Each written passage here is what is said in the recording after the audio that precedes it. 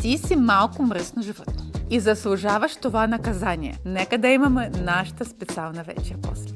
Нека днес да видим едни от най-забавните послания, които вие слагате в нашата тюба. Не мога да съм ти първи, но поне знам, че ще съм ти първи в това. О май гад. Като малка винаги се мечтаяла за това нещо. И сега, когато пораснах, подарявам го на себе си самата. Все едно от моята майка. Нека да видим какво още има тук. За съжаление, не съм романтик, но знам, че ти мечтаеш за това нещо. Надявам се това да бъде нещо наистина романтично. Подготвил съм да има и фотограф, така че това ще го има в социални медии. Знам, че за теб ти е важно. Важно е, да. Стига да си лежал. Искам да правим нещо лудо заедно. И не само твоята фантазия с камера. Има нещо по-забавно. Рафтинга ти очаква. Знам, че няма да ти е лесно, обаче вярвам, че ще се справиш. Не се страхува и аз ще съм мръсна за теб. Господи, хора, какви неща пишете.